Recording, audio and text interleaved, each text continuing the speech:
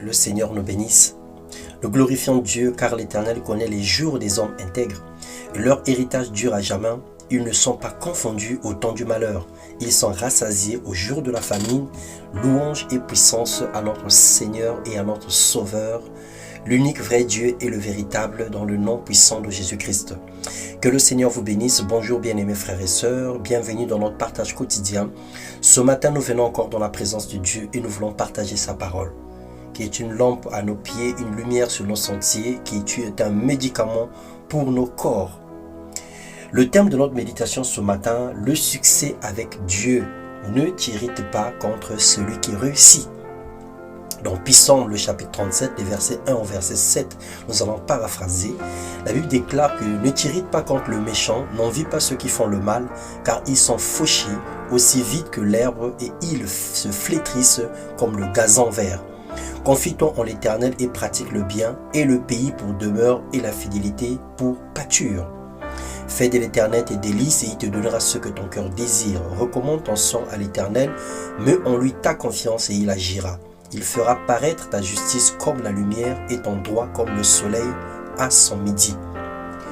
Bien-aimés frères et sœurs, la jalousie, les murmures nous entraînent dans les divisions inutiles.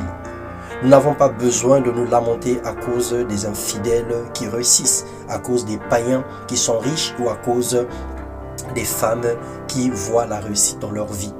Il arrive que nous disons pourquoi les prostituées accouchent, pourquoi les prostituées tombent enceintes et que les femmes intègres sont stériles.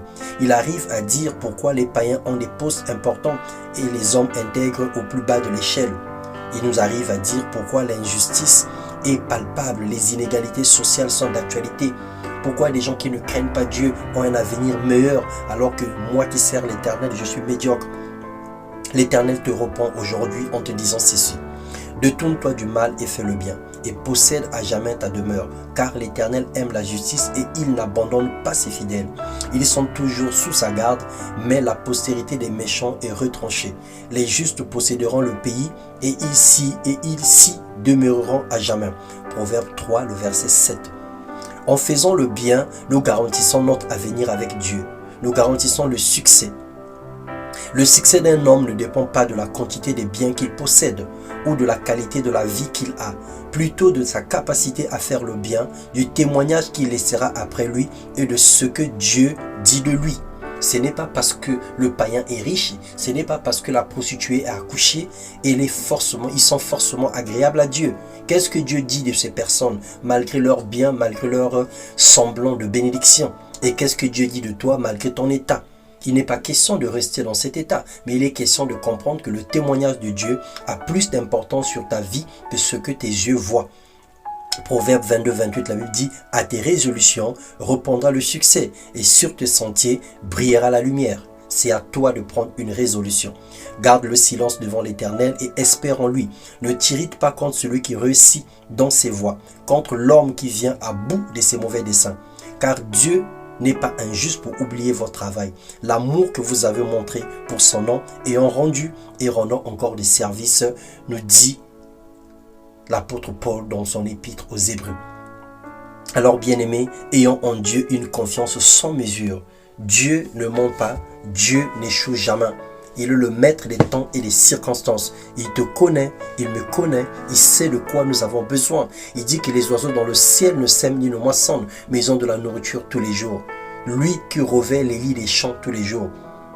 Les lionceaux éprouvent la disette et de la faim, mais ceux qui se confient en l'Éternel sont privés d'aucun bienfait.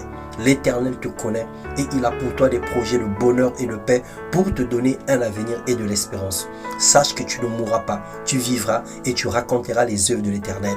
Alors lève-toi, fais confiance à l'Éternel, sois courageux, sois courageuse, n'abandonne pas. Le soleil finira toujours par apparaître sur l'obscurité qui s'abat sur ta vie. Que Dieu te bénisse et t'ouvre les portes dans le nom puissant de Jésus, afin que tu rentres pleinement dans ta saison de gloire, dans la saison de la moisson. Au nom puissant de Jésus-Christ. Amen.